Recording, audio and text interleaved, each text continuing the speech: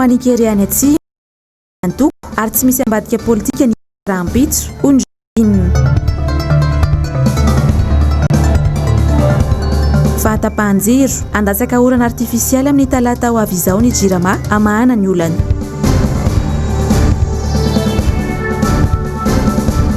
vahoaka malagasy ibabitrosa mandritra ny 40 taona Zoma fa efatra ny volana Desambra ny taona 2024 tonga sy indrainao anatin'ny fampahalalam-bavao ny MBS amin'izao fotoana izao manolotra ny klasy vavy manasanao ampanazana ihany koa anaraka ny fotoana ny fampahalalam-bavao hatramin'ny farany ary. Mboatsika ny vavao iray amin'izao dia nandritra ny fidinana ifotony izay nataon'ny filomarika Ravalomana tany amin'ny faritra Bonglava ny faritra teo iny sy dia nisy ihany koa ny fitsidiana tokantrano izay nataony fangatahany indrindra ireo olona sendra azy teny asena ny antony moa dia fifarana ireo izay tena manahirana amin'ny vahoaka marina ary Manorandre Malala. Isan'ny nampiavaka ny fitsidiana izay nataony tany amin'ny faritry Bonglava iny ny fifandraisana kaiky teo aminy sy ny vahoaka eny ifotony. Olona maro no nanasa azy ny tokantranony sy ny fomba fiainan'izy ireo. Tsy nisalasala ny filomarika Ravalomana fa tena nandroa ary isan'izany tokantranony ity. Eno iangeny resadresaka ifanaovan'izy ireo teto hoe sécurité zany aty zay no olana ety aminay sy ny resaka namasomboly sy ny zezika hita tena mamboly ny olana tamin'ny olona zao vidina masomboly lafo zao nefa ny sahirana ny olona amin'le fividianana sakafo maintso ny atra nisan'ny confine ohatrany hoe tsy dia nilamina zany tamin'iny zany ohatrany amin'ny fiainan'ny olona isan'andro dia lasa ohatrany hoe izao zany olona tena mitaraina resaka masomboly zezika satria hoe zezika satria le misy mangalatra le omby dia tsy afaka matahotra ny olona nao an'ilay fiompiana mamo tsitra fa vao nizalala izy dia lasa nyentana dia midy any trano io dia fa andro haniny ianao vao mahita tsisy atony efa nanomboka ny salabotry tamin'ity taon'ity efa ny sesisesy teto efa nanomboka ny sesisesy dia nanahirana be fa ny tena problème indrindra eto amin'ity tanàna ity zany poste avancé lavitra be akadin'ondry ny aminay ety zao efa misy mivaritra 500 ny kapoaka nefa zao niveau de vie ny olona say natao dia betsaka ny tanora no manana talenta any an-toerany saingy ny asa no atao no hita fa tsy misy amin'izao fotoana izao. Isan'izany ireto mpivady kely ireto izay nanasany filomarika Ravalomana na hitsidika ny tokantrano kely nisy roa ireo. Zay zany tsy dia hoe manana spécialité fa vahambanana amin'ny zavatra rehetrarehetra na sofiera na mandrafitra na miasa zany dia ndrafitra fetana atony zao mandrafitra ny totrano tony. Nanolotra fanampiana ho azy ireo teto ny filomarika Ravalomana mba hahafahan'izy ireo manao ny asa fivelomany. Tokantrano maro no nangetaeta fitsidiana tahaka izao nandritra iny fidinana infotony izay nataony filomarika Ravalomana iny. No mafisy ny filomarika Ravalomana atrandy fa ny afantatra ny tena olana eny fotony no antony izao fifamangina ataony izao. Miainga avy ny fotony mantsy ny fampandrosoana ary ny fahavokisan'ny vahoaka malagasy no tena fampandrosoana izay vao fototra fitrasa. Fa raha isan'ny mahavoatontonona fokontany eny Merimanjaka ao amin'ny komina Ambohizanaka moa eny anivon'ny fitsarana matetika ny resaka ady tany. Mitaraina ny tompon'ny tany izay manana porofo ara-dalàna fa misy teratany vahiny hafa ihany koa milaza ho tompon'ny tany. Ravo Razafy Mahenina sy Mathieu Princy. Tsy lavitra ny renivohitra no misy ny fokontany Merimanjaka ao anatin'ny komina Ambohizanaka. Manamorona ny arabe etỳ amin'ny bypass, abetsaka ny tany no efa mifefy toy izao. Ankoatrany any amin'ny Tsitamaso izay misy tompony ihany koa. Ara-dalàna ary misoratra ao amin'ny fokontany mahakasika ny tany rehetra manana tompo, saingy mipoitra tsikelikely ny taratasy sandoka. Teratany vahiny avokoa ireo milaza fa ny vidin'ny tany na ihany koa tompony. Very anjavona ny ady ho an'ny malagasy sasany tena tompony, raha tsy izany miady eny amin'ny tribonaly. Eny manandona eto Merimanjaka eto amin'ny centre eto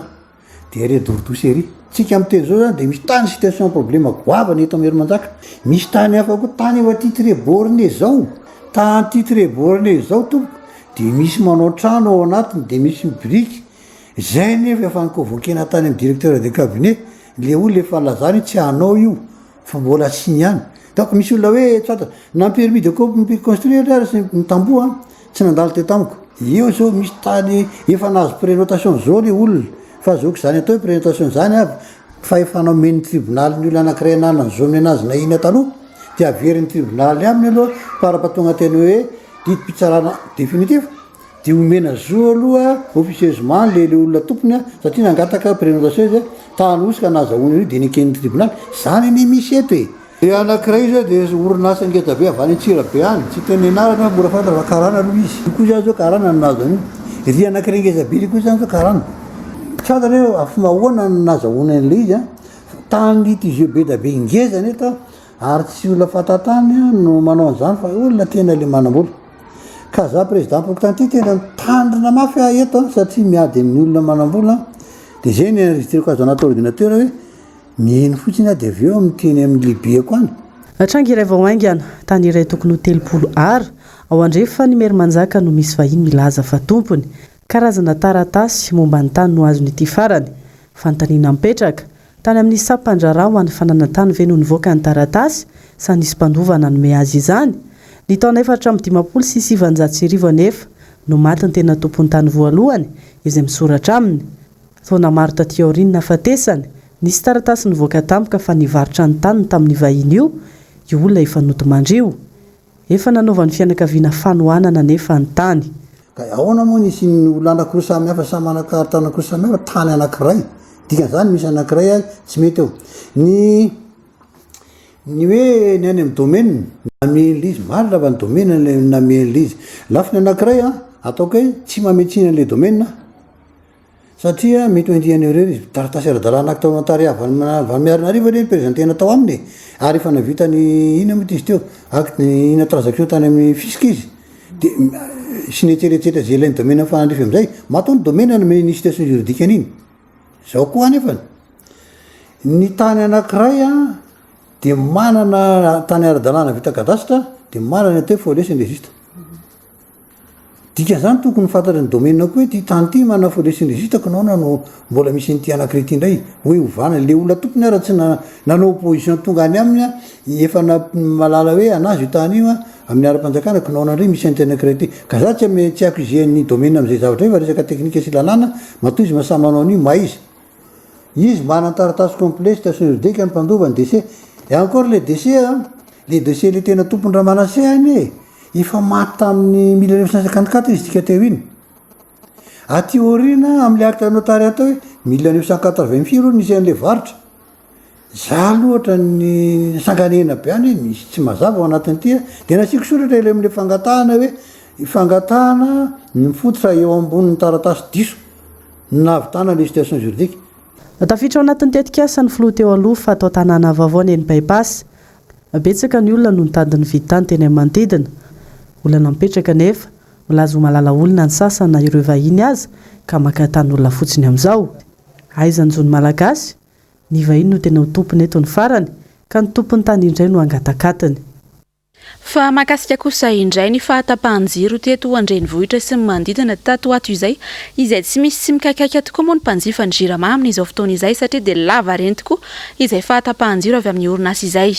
nampiantso mpanao gazety izy ireo tamin'ity androany ity nambary indray ary fa ny tsy fampiny rano fa ihany koa ny fahasimbany milina no mahatonga ireny fahatapahan-jiro lava reny ireny Ravirazafy Mahenina sy Mathieu Prince hatrany ny amafy ny fitaraina nanameno ny tamazotra Facebook andro maromaro izao raha naharitra ora maro ny fahatapahan-jiro mazava ny antompona andraikitra eo anivon'ny jirama fa noho ny faratsian'ny fitaovana ampiasaina sy ny toetry ny andro no anton'izany fahatapahana izany ny anton'io fanapahana ny jiro io dia noho ny faritrany rano zany eo amin'ny todrano ny andekaleka zany raha amin'ny andavanandro ny todrantsika io dia mamokatra herinaratra eo amin'ny 90 mégawatt eo dia nidina hatrany amin'ny 220 mégawatt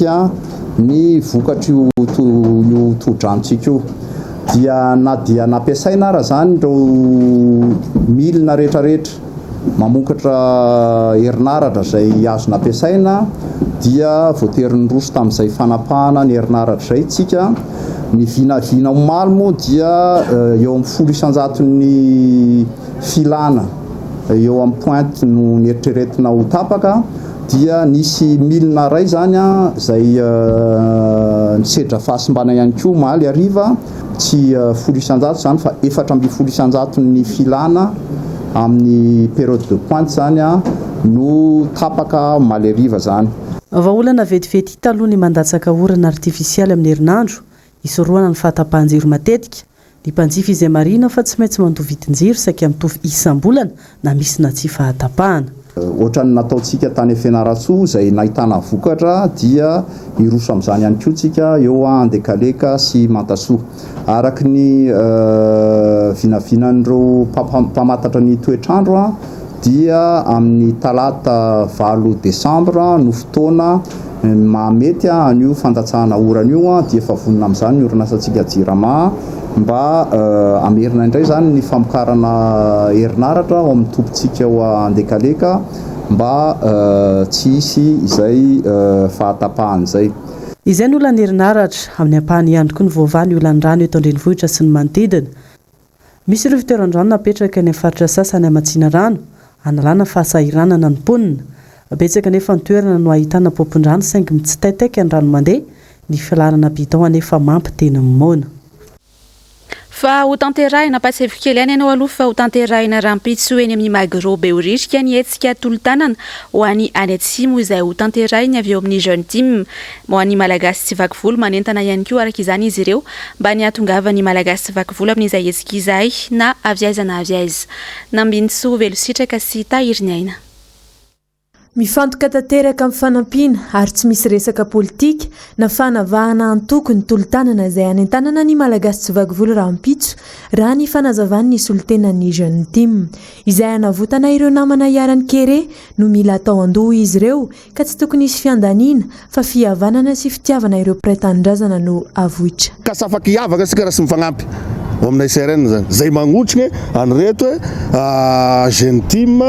marobe ny entité eto zany mirepresenté zay sy team rery ka aza sena re alaky bikastik tare zay miteny eto aza zay nijerenareo fa le avasika any Atsimo no jerena ka magnentagna vahoaka malagasy rehetra tsy vaky volo eto Antananarivo aloha satria eto sika no miresaka zany zao de manentana koa ny voaka rehetrarehetra any amin'ny faritra rehetrarehetra agny eran'i Madagasikara mba hanao toy vakana ohatr'izao ataona izao mba malagasy iray ihany sika ifagnampy amin'ireo avasika any Atsimo reo za mpanjenge fitondram-panjakana zahay sy esika politika ato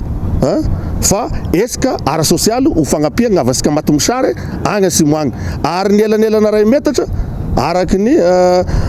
fifandaminana de efa mipetrapetraka daholo ny ary fenitra amin'izany rehetrarehetra zany fa sisa tahorana ato zany ka hoe ana ny kasibosy mbola mipetraka daholo zany rehetrarehetra zany satria ty esika ara sosialy zay dia ampitiavana be no iangaviana ianareo mba ho avy mba amonjy an'ireo avasikareo zany fa zay reto moa zany dia mpikarakara fosiny ihany amin'izay esika zay. Diso ny fiheverana fa hamory vahoaka sy hanao etsika politika ny jeune team rampitso na mafisin'izy ireo fa ezaka ho fanohanana sy fanampiana ireo namana iarany kere no antony etsika ankoatr'izay resa be avokoa. Tsy tokony isalasala isika rampitso tsy tokony isalasala satria firaisan-kina ho antsika malagasy no misy eto Magro izany hoe amin'ny folo dia efa mivony vavahady amin'ny folo vavahady efa misy mandray ny tolo-tanana zay hoentinareo eo apetraka nareo ny tolo-tanana dia afaka mivoaka nareo izany hoe tokony tsy isalasala tsika fa tena firaisan-kina lehibe ho an'ny malagasy rampitso ataontsika ho an'ny namantsika any Atsimo.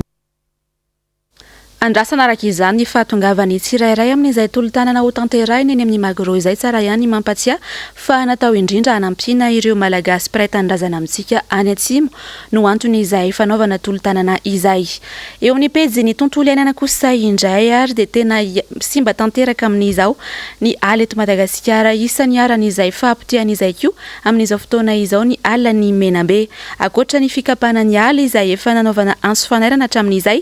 dia ny doro ala sy ny doro tanety indray amin'izao no mahazo laka. Nambinitso velositraka tahiriny aina. Lasibatra amin'ny fahampitehana sy fandoroana ny alany amin'iny faritry Menabe iny Akoatry ny ala antimena izay efa nanaovany teo anivon'ny fikambanana misahana manokana ny varika ny volana jona lasa teo dia miamitombo hatrany ireo ala may vokatry ny fandoroana ataon'ireo mpindramonina mamboly voanjo sy katsaka any an-toerana. Raha 420 hektara ny ala may enim-bolana lasa izay dia manodidina ny 100 hektara zany amin'izao raha ny loharano Vaovao. Zara fa misy tamingana voambona sisany Morondava. Ny voambona izay hazo sarobidy manamarika manokany ny faritriny sady arenan'i Madagasikara. Raha ny mikasika ireo varika indray dia may miaraka amin'ireo hazo ipetrahana izy ireo ary ahina olona ny tamingana tanteraka. Filamatrahana apetraka tany an-toerana indrindra manoloana ny ala antimena ny hoe ala lovainjafy kanefa hijanona ho lovatsofina izany raha mbola mitoy ny doroala sy ny fanapotehana tontolo iainana ataon'ireo mpifindra-monina mamboly katsaka sy voanjo ireo. Dia le hazo ngeza be ohatra hoe palissandre misy le mirin regny tsy kapain'zareo satria tsy vitany. Dia dorany amin'izay dorany miaraka amin'ny hazo mitsangana fafa le hoe voaka. Dia zay zany tsy mampisy an'le mirin koa dia zay koa zany mahatonga ny Morondava hoe tsisy rano. Manodidina ny Morondava zao fa tsisy tanimbary rehetra maina daholo 20 km autour ny Morondava. Noho n'inona nasakamaly zao ritra tamin'ny taona ty. Ino mahatonga an'izay satria le havatsika ihany le izy havatsika tsy tompo-tany tonga ao manimba an'le alany mena be. Ary fantatsy ny rehetra zany ary fantatsy ny tompona andraikitra zany. Matoa zao efa nitaraina ny hatramin'ny herintaona. Tsy misy fambolena vanina noho ny tsy fisian'ny rotsakorana vokatry ny doroala hatrany. Ritra avokoa ireo lakan-drano mamatsy rano any amin'ireo toeram-pambolena toy ny ao Ankilizato, Morafeno ary Bernono. Raha lany vatsy ireo mponina atsoatsy dia ahina mafy ny sian'ny kere any amin'iny faritry mena be iny raha mbola tsy misy ny fandraisana andraikitry ny tompona andraikitra mahefa hoy ny loharano Vaovao. Raha mikapa eto reo zao tamin'ny taona ty ambolena kasaka ty amin'ny taona ty 10 hektara ty amin'ny herintaona izy fa tsy mamboly antsony fa mikisaka makany tsy mamboly antsony izy. Zay le tena ary izy tsy fahalalana tena fahitako azy satria fiverany an'le ala tsisy farany. Ohatra hoe rehefa anao zany mananatsy andreo omezany satria aia koa lany any ala ty zay le izy ka tokony hampalalana zany reo fahitako azy na mena hoe ahoana nareo tokony amboly ato mena fitaovana angamba fa raha tsy zay aloha ripaky ny alany mena be amin'izao. Akoatr'izay ireo faritra rehetra may dia alain'ny vahiny ary ananganany hotely fandraisam-bahiny mampanontany teny ireo mponina any an-toerana ny zava-mitranga hoe miandry ny alany mena be ho ripaka tanteraka ve ny fitondram-panjakana izay vao ikasany andrainy andraikitra tandrify azy. Fa fotoan-dehibe ho an'ireo olona trapasem-banana maneran-tany ny daty ny 7 ny volana Desambra. Somary nanjombana kosa nefa izany raha antsika teto Madagasikara satria fotoana nanambarana fa ho foanana ny fampitam-baovao amin'ny alalan'ny tenin'ny tanana ao amin'ny fahitalavim-panjakana. Mirado Ora Benjamina sy Mathieu Princy. 70 amin'ny olona zato eto Madagasikara ny manana fahasembanana. Iray faingo 700 amin'ireo ny manana olana eo amin'ny fandrenesana. Manana zo mitovy amin'ny olon-drehetra nefa izy ireny. Ohatra ny fahazoana vaovao. Somary gaga nefa ny rehetra omaly raha nahazo vaovao fa tsy isy tsony ny fandikana ny tenin'ny tanana ao amin'ny fahitalavim-panjakana noho ny fanatsarana hono. Hosetriny dia maro be ireo fanehoan-kevitra teto amin'ny tambazotra. Ohatra ny hoe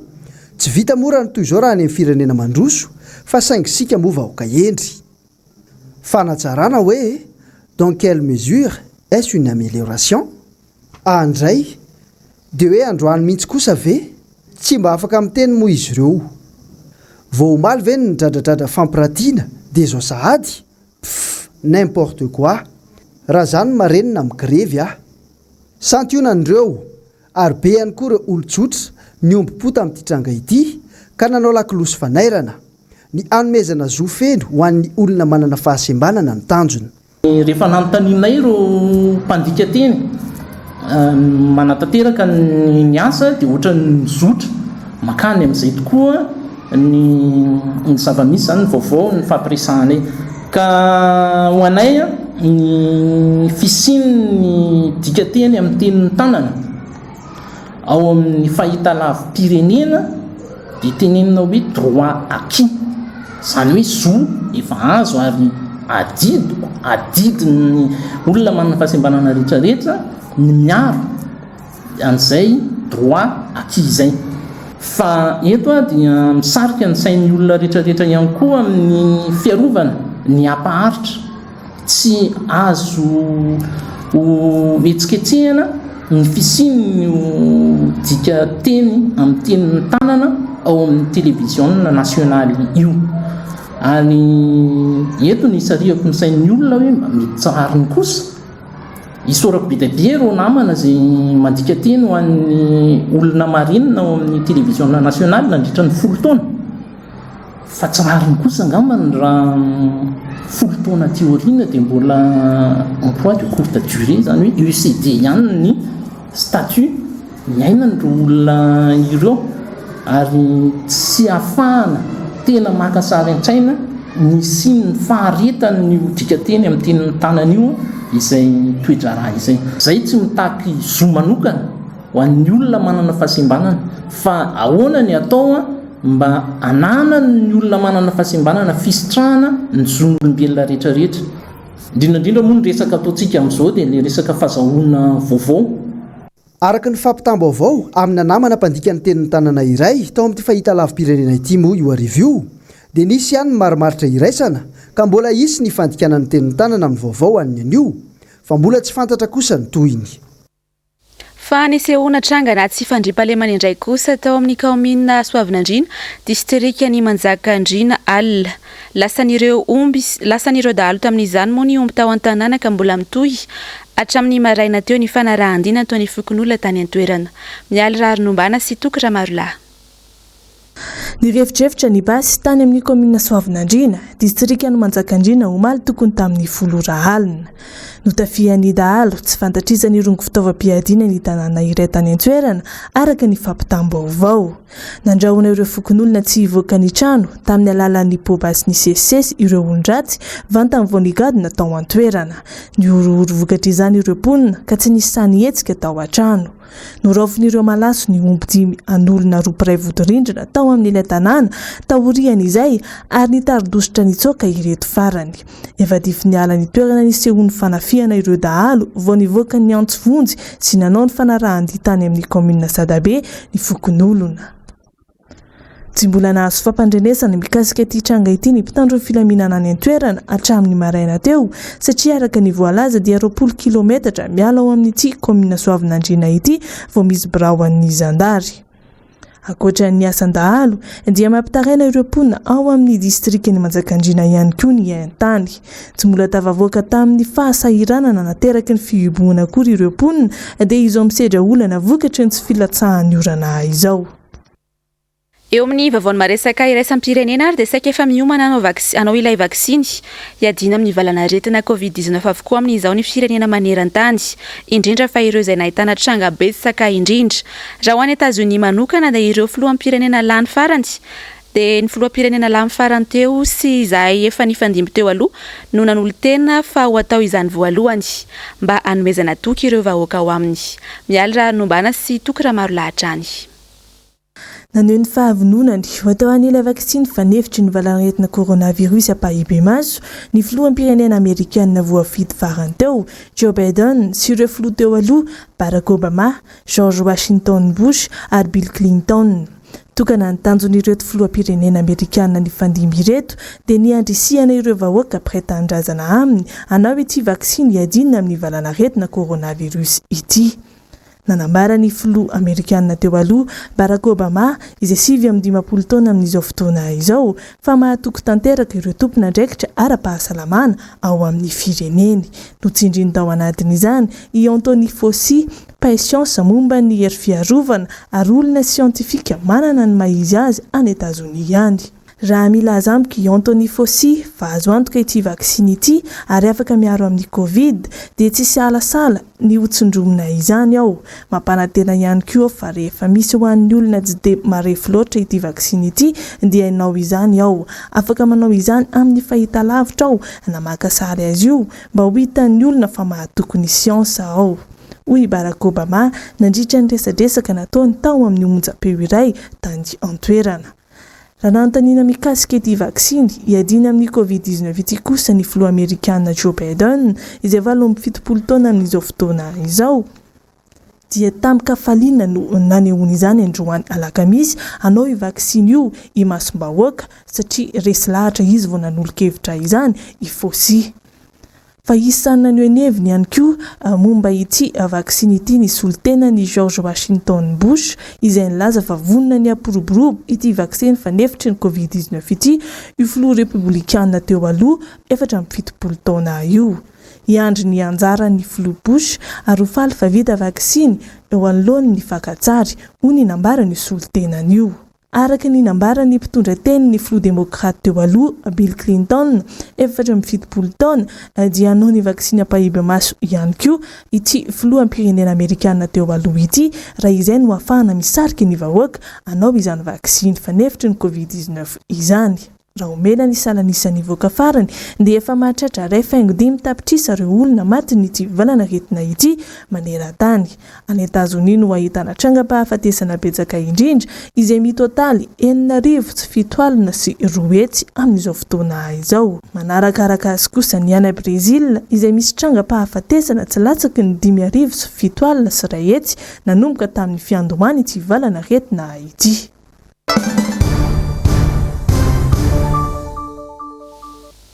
Eo amin'ny vaovany politika ary dia mitohy hatrany ary manao tohy-vakana mihitsy ny fanehoan-kevitra ireo mpanao politika eto Madagasikara mahakasika indrindra ny fifidianana loha olona izay ho atao eto Madagasikara ny 1 ny volana Desambra izao. Ho an'ny androany ary dia solombavambahoaka iray indray no naneho ny heviny mahakasika izay.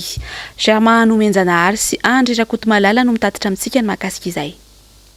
Ny didim-panjakana laharana fa 7 tipika 70 sy 700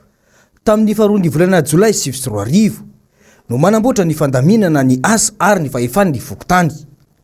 Nambara tao anatin'ny lalàna izay nataony mpitondra ankehitriny tamin'ny taona 2023 io fa fidin'ny vahoaka izay feno 20 taona miakatra ny lehibe ny fokontany. Ny 1 ny volana Desambra 2023 ny voaka na lampandrenana ho an'ny Republika faha-efatra.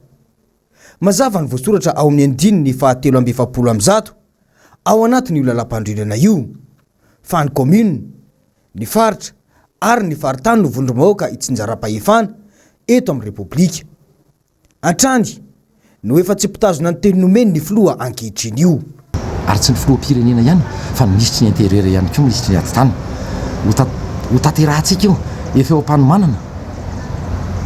io tsika rahantsika mahita amin'izao fotoana izao any angeny fotofin'ny olana koa zao ny ataonareo fitondrana amin'izao fotoana izao dia tsy sasatry ny manolo raha ho anay ny boriboritany fahadimy manokana fa soloana isaka mihetsika vao tsy mahafapo andrareo tompona andraikitra vao anatin'ny atokondrareo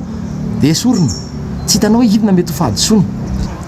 tena dinganina tena hitsakitsahana tsotro zao lalam-pandrena fa tendrena ny gouvernoura vao faraparany teo moa nanondrony ny tsy tadidiko na anitasy na ny automatsiatra tsy fantatritsony ary fampiasana ny sampandraram-panjakana fampiasana ny mpitandro filaminana oherim-pamoretana oheranaovana valifaty na eo amin'ny resaka mpanohatra na eo amin'ny resaka orinasa malagasy. Nandritra ny 2 taona ny tantanan'izy ireo ny firenena izay dia fandikan-dalàna hatrany no tazana amin'izao fitondrana izao. Ny hita dia ny fitondrana indray no mitarika tsy fitoniana ara-politika eto amin'ny firenena. Isan'izany ny fisisian'izy ireo amin'ny fifidianana loholona izay hita fa tena tsy manara-dalàna io. Tena raran'izy mianakavy natao botolo fotsiny le hoe daty natao botolo taoriana ny fanaratsiana sy ny fiovoavahan-kevitra nanao hoe tsy ho asiny ho foanany ho atao ihany ho ahena fa mandany voly anaovana université isa-paritra fampiresahana ny be dehibe tamin'le zavatra fa za loatra mbola tsy mahita université natao hoe fototra fotsiny ara amin'izao fotoana zao ary mbola ho avy ny fotoana hitanysahninay amin'ny mampanohatra anay hoe itiny nampanantenainareo dia itiny natomboka itiny tsy natomboka mihitsy. Tsara moa ny manamarika fa nilaza amin'ny tsy andrasana anjaran'izy ireo amin'ny fifidianana loholona io ihany koa ny antoko politika madio na ny APM. Fa ho eny amin'ny antenimieram-pirenena izay hatrany isika dia nisy ny fandaniana volavolan-dalàna findramana vola findramam-bola teny anivon'ny antenimieram-pirenena ny omaly. Raha ny fanazavana voaray dia vola hoentina anarenana ny fahavoazana noho ny valanaretina Covid-19 vola io. Germain Menjanahary sy Manorandre Malala. Indram-bola indray Madagasikara ary fantatra fa efa lany teny anivon'ny antenimieram-pirenena ny volavolan-dalàna momba ny findramam-bola $2.7 Amerikanina io ataon'ny fanjakana malagasy amin'ny bad na ny banque africaine de développement sy ny fonds africain de développement. Mazava ny voarakitra ao anatin'ny fifanarahana eo amin'ny bada sy ny fanjakana malagasy io. Mandritry ny 70 taona ny vahoaka malagasy no ibaby io trosa io. Menakaiza dôny de député fa zava-dehibe ty fa isam-bola indray raha malagasy. Ratification 40 millions de dollars atao amin'izareo banque bad. Ohatra menao ary tsy mandeha reto fanjakana ndray zay mihitsy tena iainany. Sambotra anao 30 taona mora taminy teneo anatin'ny 70 taona naveriny vola io ary 10 taona tsy andoavana. Reny vola. Anaovana inona? Anaovana ny fitsaboana ny corona. Le filoham-pirenena tantamatavo sady mandifa laza hoe sitrana tsy sitsony corona. Mamory vahoaka be mandeha miaraka amin'ny mikopo tsaiksony fa tsisy koa ny corona. Inona mbola ampidiranao an'reto vahoaka manontolo reto day ny vahoaka malagasy hiditra ao anatin'ny leto trosa. Ampidika izy ny zafin-dohaly teo na ny zafin-kelinao fa hoe zay zao nataon'zareo nisy tosika fameno zao fa la niditra tosika fameno na ny teo ologno na ndo vola tsy toko tsy forohana tsaikisony nisany. Le taloha fa tsy tenenina ntsony hoe tsisy sady tsisy kotany tsisy vidivilina. Fa efa lany iny de lany de ohatrany samy lany zany de antaninao aiza ambavao iny kotany eo manantena tsy misy fa tsy misy zany. Raha ny vaovao azo eto am-pelatanana ny commission d'engagement isan-taona dia 4.50 isan-jato amin'ny vola tsy mbola noraisiny ary 4.70 isan-jato isan-taona ny commission de service amin'ny vola voaray sy tsy mbola naverina. Ny fankatoavan'ny parlementaire no nandrasana amin'ny trosa io dia miroso amin'ny dingana findramam-bola ny fanjakana malagasy. Aiza ilay lokalokan'ny filoham-pirenena tamin'ny fampelezan-keviny fa ampindram-bola ny firenen-kafa indray Madagasikara raha toka izy no tonga eo amin'ny fitondrana. Vaovao mahakasika izay famatsim-bola izay hatrany dia liana amin'ny loharano mpamatsim-bola ny teti-bola mpanjakana ho an'ny taona 2024 ny mpanara-baovao. Nahagaga ny maro tokoa mantsy ny nanovana ny IEM ho lasa PEM indray. Ny IEM nefa no novarotana tamin'ireny fotoana ny propaganda ireny izay nampanofisina indrindra ny vahoaka malagasy. Nanao fanadihadiana tamina mpamakafaka politika iray androany Miradora Benjamina sy Andra Rakotomalala. Nandritry ny propagandy ary nitoizana roa taona ny fanindrahindrana ny initiative pour l'émergence de Madagascar na le IEM. Aty amin'ny farany taona 2024 efa isasaky ty ny fepitaon'ny filoham-pirenena dia niofo programme pour l'émergence de Madagascar na PEM indray ny IEM.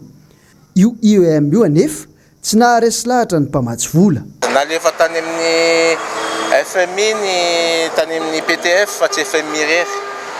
Les documents,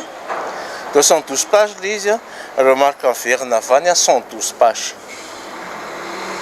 C'est validé. C'est une fois bien inventolo. De Amazon Rezania, de Mlazawe, dans 5 semaines, à faire une PEM, présentation PEM, et famille mandat avec Tixo. Dans le temps, c'est un pilotage à FIFON. Désolé, famille mandat. Dia hoe mbola averina ndray dia mbola le PEM ihany ny averina nefa efa hita fa soloko be zao efa iaraha mahitsy zao dia efa io no nampitapoka any Zaverbe efa io no nampitapoka any Kolo Roger dia iny dia mbola forcena ihany le izy dia tsy haiko ho aiza zany ty Madagasikara ty asa lalaovinareo ohatran'izao Madagasikara fa tanindrazana iraisany ty ka tsy mety sa sary-piaro amin'izany zavatra zany. Raha tadidinareo tsara nge tsisy nahita ny document intsika tamin'ny propagande nanaray ary tsisy namoaka mihitsy nareo mpanohany fa dia hoe velo rano dia nampanaovina reny expert reny hoe expert amin'izao dia nampitenenina teo hoe zao momba ny zavatra io tena expert reny fa vao vita azo ny fitondrana nakisaka daholo ny expert reny saiko nanomena vola na tsy ohatran'ny nisy nitarena tamiko ohatran'ny tsy dia nisy fanomezana vola zao fa tsy andarainy tany fotsiny. Andrasana indray ny toy ny tantaran'ny PEM ny teti-bola ho an'ny taona 2024 nefa tsy nahitana fiakarany tsy andaniny ny vola eo am-pelatanan'ny fitondrana lanina amin'ny tsy lahara-pamehana. dia tapitrary ny fampalalam-baovao ny MBS tamin'izao alina izao mankasitraka anao nanaraka izany hatramin'ny farany mametraka ny veloma mandrapitafary eo amin'ny manaraka indray tompoko.